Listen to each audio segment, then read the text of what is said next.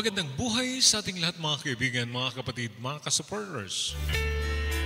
Muli, nandito naman po tayo ngayon sa ating palatuntunan na aking pinamagatan. Ating balikan ang nakaraan na kung saan dito po ninyo mapapakinggan ang iba't ibang kwento ng buhay ng ating mga kaibigan. Pero bago po natin itong pisahan, big shout out sa ating Team Kapuso na nandyan lagi si Ma'am Jane, Sir Freddy, Ma'am Christy Alforte, kapatid Mr. TV, kapatid Irene, kapatid Winnie Nalagon, kapatid Arnel Plaza, Ma'am Nelia, kapatid Irene, at siyempre sa kasama ko rito sa bahay. Sana masuportahan po ninyo ang kanyang channel, Pinoy Firearms Instructor. At shout out kay kapatid na ROC Out of the Box. At syempre, kay Sir Erwin Panganiban. At sa aking club, Kuwait Maharlika Eagles Club. At Kuwait Maharlika Lady Eagles Club. At sa lahat ng mga kaagilan natin dyan, shout out po sa inyong lahat, mga kuya at ate.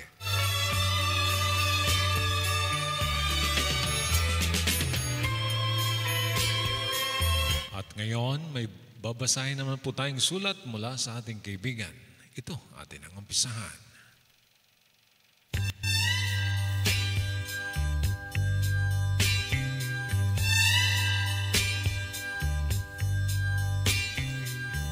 Dear Kuya Kalbo, tawagin mo na lamang ako sa pangalang Danny. Kuya, isa rin po ako sa mga masukit mong tagapakinig sa iyong palatuntunan. Kaya nais ko rin pong mag-share ng aking kwento ng buhay. 3 po kami magkakapatid at ako po ang bunso.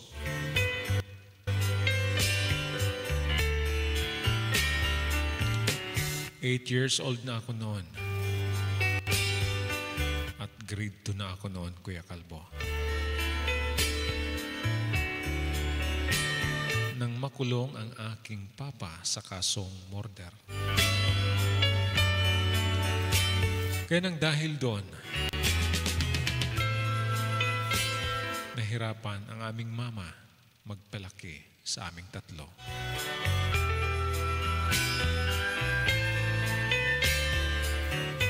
Dahil wala na si Papa para tumulong sa kanya. Malungkot kaming lahat noon.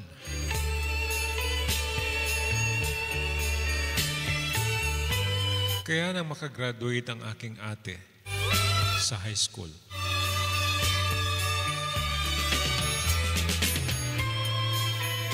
pinatigil muna kami ng aming mama. Dahil hindi niya na kami kayang suportahan pang 3.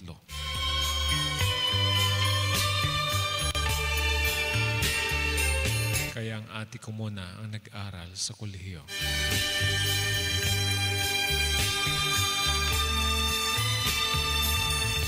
Tumulong kami ng aking kuya Dante sa aming mama. Kahit ano na lang ang aming trabaho. Minsan maglaba kami. Tulong-tulong. Minsan naman, magapas kami ng aking kuya Dante.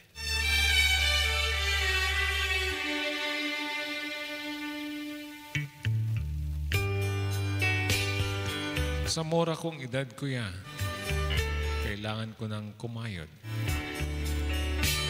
para matulungan namin ang aming mama.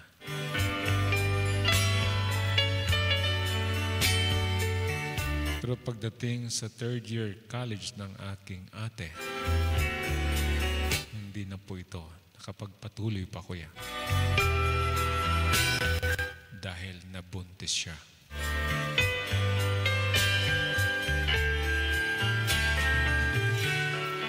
Nung malaman ng aking mama ang nangyari sa aking ate, halos hindi niya matanggap, kuya. Sabi niya, dugot pawis ang kanyang pinuhunan para lang makapagtapos ang aming ate.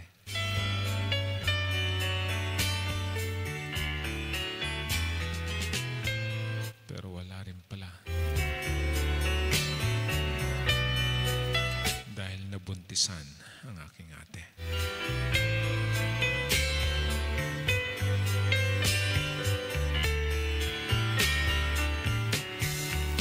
Kaya nang dahil doon, gusto mong paaralin ni Mama si Kuya Dante.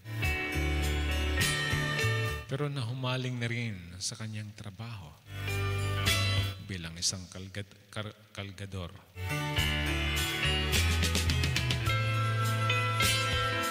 Sa palengke.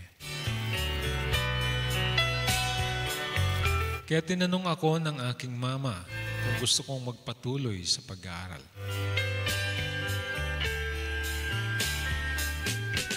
Dahil natigil po ako, kuya. Ako'y nangarap makapag-aral, kuya. Kaya sinabi ko sa mama ko na gusto kong mag-aral.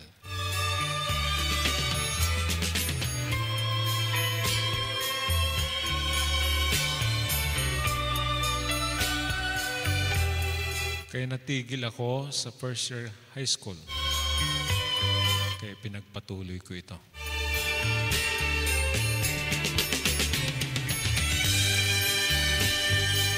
Fast forward po tayo. Nagtapos po ako ng high school.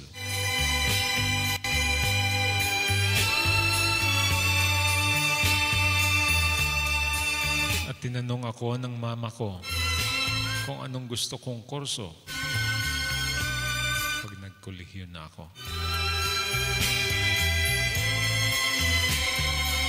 Sabi ko sa kanya,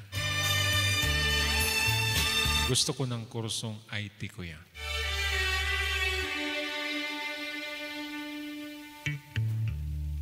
Sabi nga ng mama ko, kakayanin niya kung yun ang aking pangarap.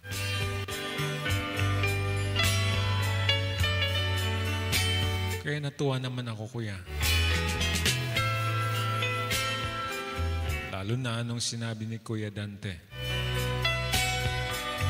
natutulong din siya para makapagtapos ako sa aking kolehiyo.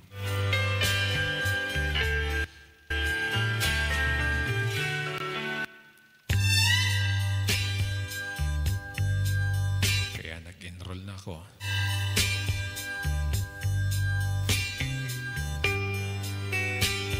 Nahirapan ako, kuya, dahil sa aking mga subject. At minsan,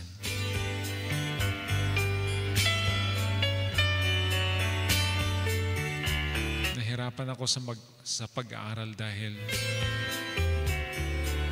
minsan walang makain na maayos.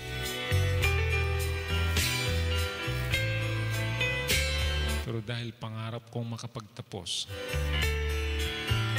nagpursige ako, kuya.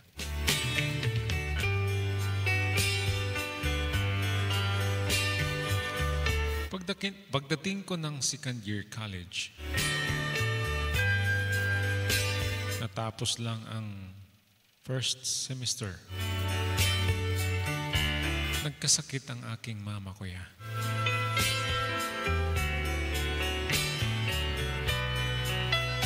At kailangan siyang i-admit sa ospital.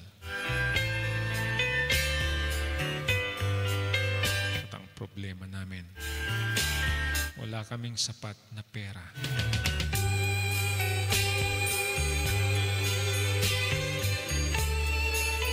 Lalo na nung palabas ng aking mama. Kailangan namin ng bayaran.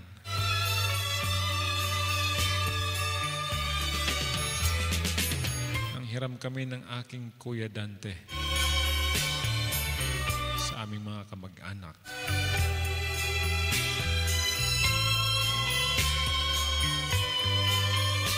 At napahiram naman kami, kaya nakalabas ang aming mama sa ospital.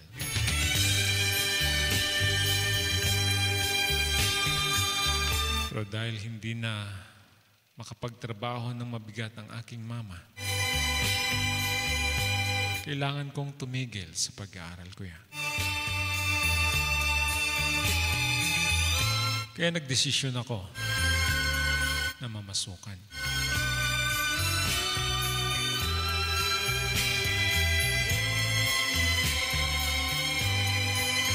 Pumunta ako ng bayan namin para maghanap ng trabaho. At may napasukan akong trabaho, kuya, sa isang club bilang isang waiter.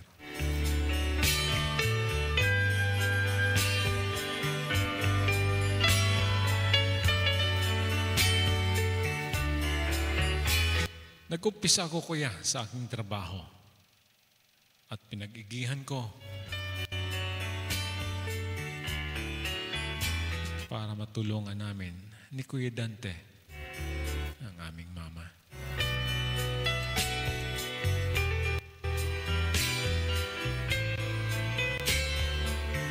Tatlong linggo na ako na nagtatrabaho sa isang club, kuya.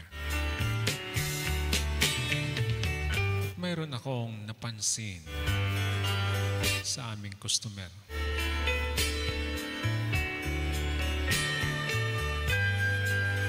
Tuwing siya'y darating sa aming club, ako talaga ang hinahanap niya para mag-serve sa kanya. Tawagin lang po natin siya sa pangalang Mommy Barbie.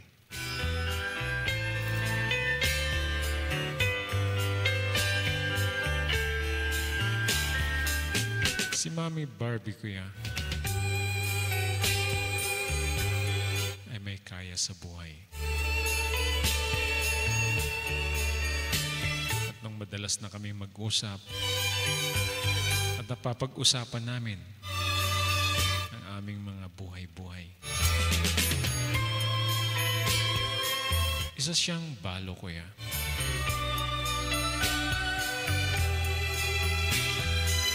Ang edad niya ay 46 at ako naman ay 19 years old noon.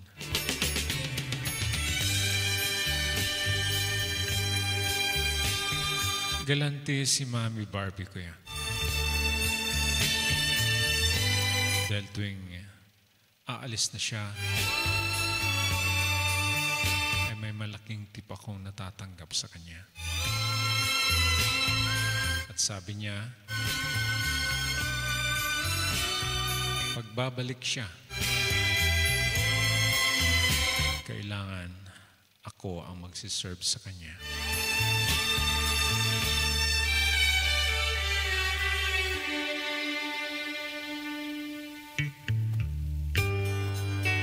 At dumating ulit si Mommy Barbie.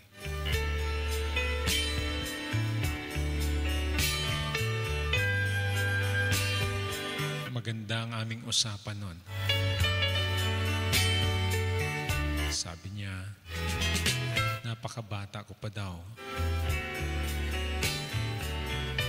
At napag-usapan namin dahil natanong niya kung nag-aaral pa ako. Sabi ko, hindi na. Dahil kailangan kong tulungan ang aming mama.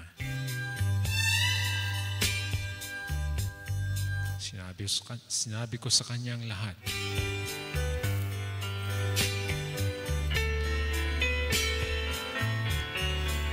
Na nasa kulungan ng aking papa. At nagkasakit naman ang aking mama. Gustuhin ko mang mag-aral. Pero hindi na kaya ni mama. At doon nalaman ni Mommy Barbie at tinanong niya ako kung desidido ba daw akong mag-aral. Sabi ko, gusto kong mag-aral at gusto kong makapagtapos sa kolehiyo.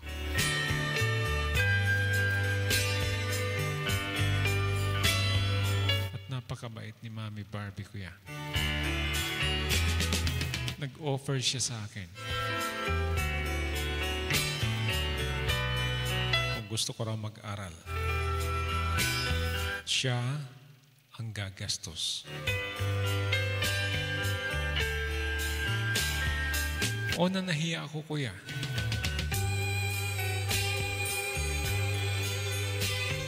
Tumanggi muna ako sa kanya.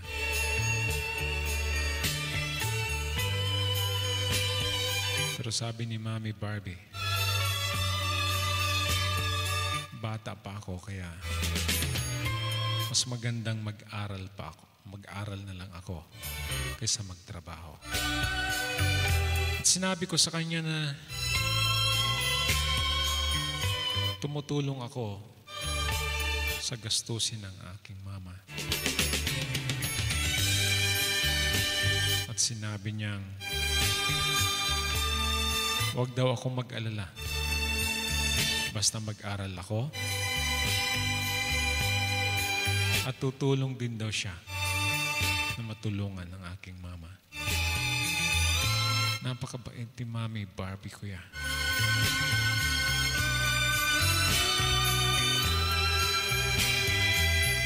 Kaya dahil sa kanyang gusto na makapag-aral ako, pumayag ako, Kuya Kalbo.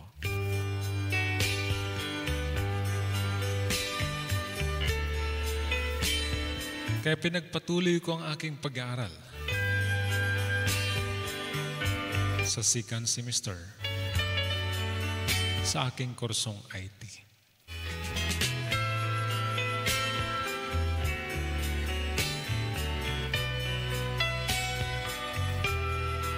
At nagrenta ng kwarto si Mami Barbie malapit sa aking paaralan, kuya.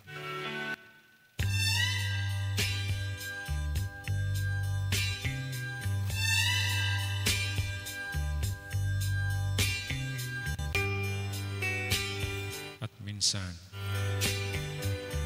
doon siya natutulog, kuya.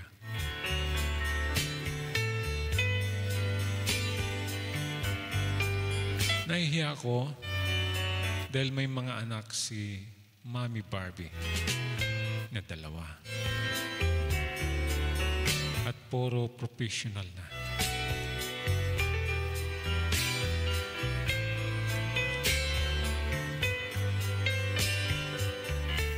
At tinutulungan din niya ang aking mama, kuya. Nagbibigay din siya ng pera.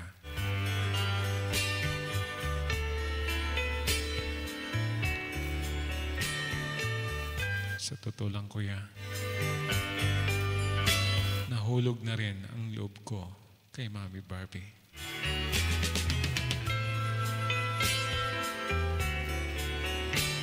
Kaya sa tuwing magkatabi kaming matulog, may mga nangyayaring hindi namin inaasahan, Kuya Kalbo.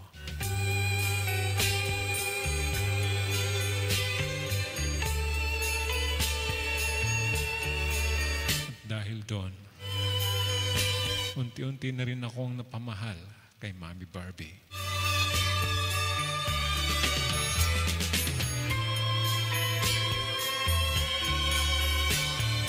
At sinabi ko sa aking mama, kuya, ang lahat.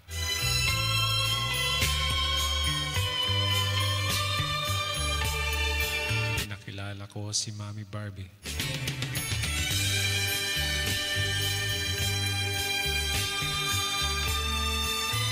Si Mami Barbie, kuya, ay mas matanda sa mama ko ng 2 taon.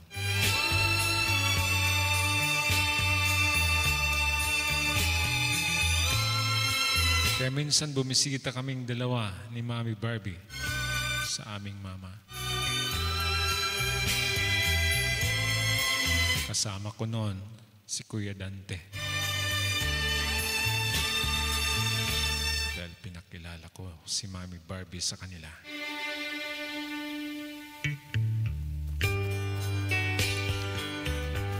Pagdating namin sa aming bahay, nahiya pa ang aking mama.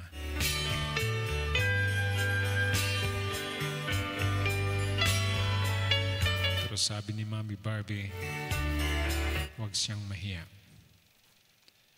Dahil handa siyang sumuporta sa aming lahat. Lalong-lalo na sa aking pag-aaral. Kaya nagpasalamat na lang ang aking mama kay Mami Barbie, Kuya, sa natulong niya sa amin.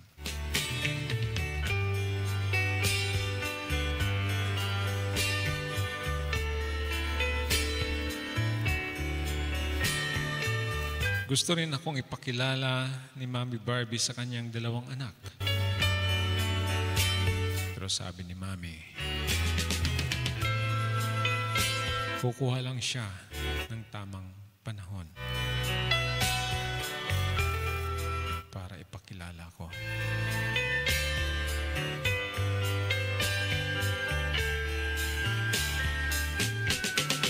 At dumating nga ang araw, Kuya, pinakilala niya ako sa kanyang anak na panganay.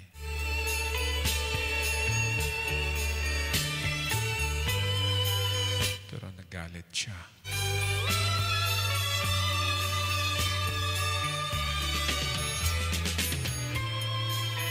Ayaw niya sa akin.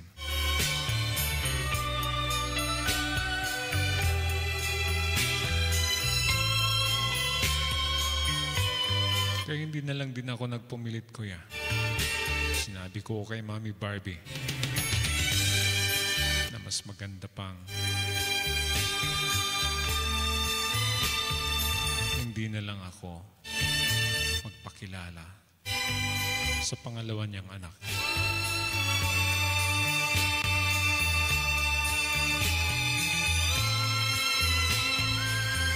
Dahil ayaw ko rin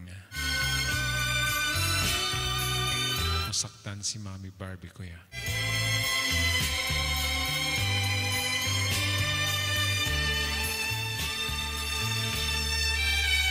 At sa totoo lang, Kuya, natapos ako sa kolehiyo dahil sa tulong ni Mami Barbie. Kaya malaking pasalamat ng aking mama sa kanya, sa aking Kuya Dante, at sa aking ate. Dahil nakapagtapos din ako sa wakas bilang isang IT.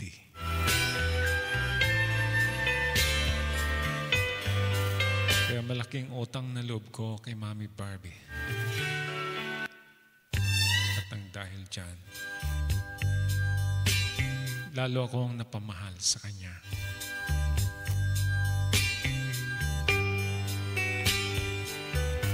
Sa totoo lang, Kuya,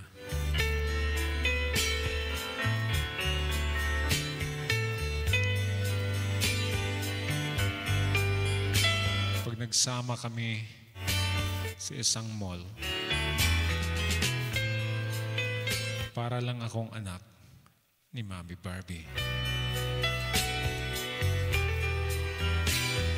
Dahil 27 years ang aming agwat.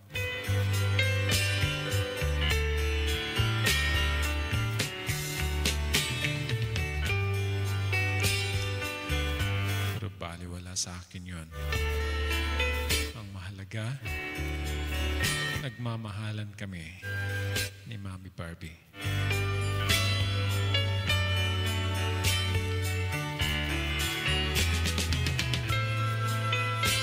Ngayon, nagtatrabaho na ako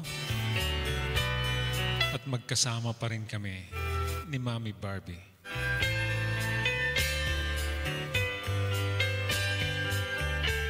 At nabigyan ko na ng maayos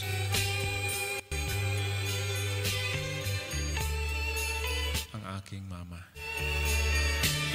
At minsan nakakatulong din ako sa aking mga kapatid.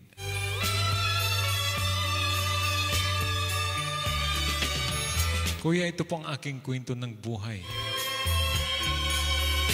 Nawa inyong nagustuhan at ng iyong tagapakinig. Kuya, maraming salamat sa iyong palatuntunan na narinig nila ang aking kwento ng buhay. Muli, hanggang dito na lang. Lubos na gumagalang. Danny.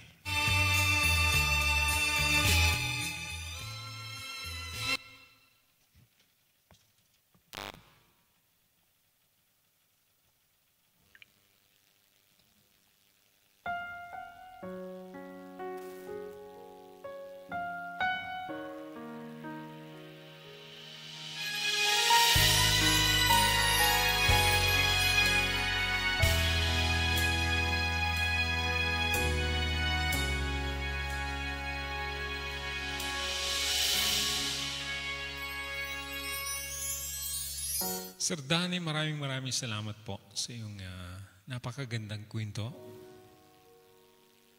Kwento na mapulutan din natin ng aral.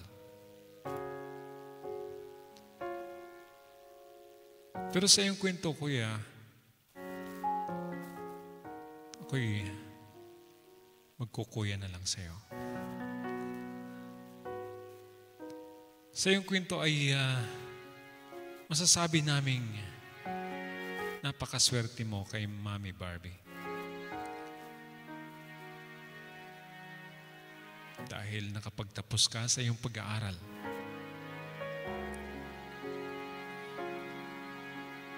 At talagang totoo ang pagsuporta at pagmamahal ni Mami Barbie sa iyo.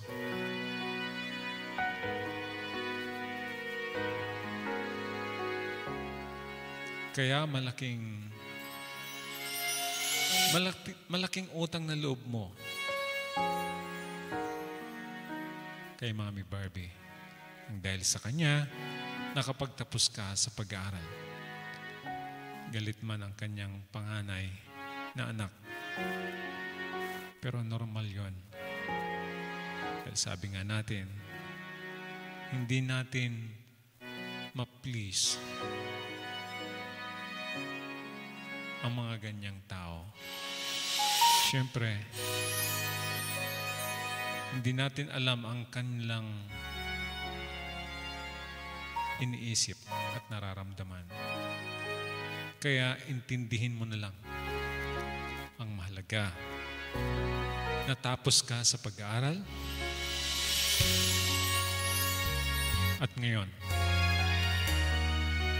nakatulong ka na sa iyong mga kapatid at sa iyong mama.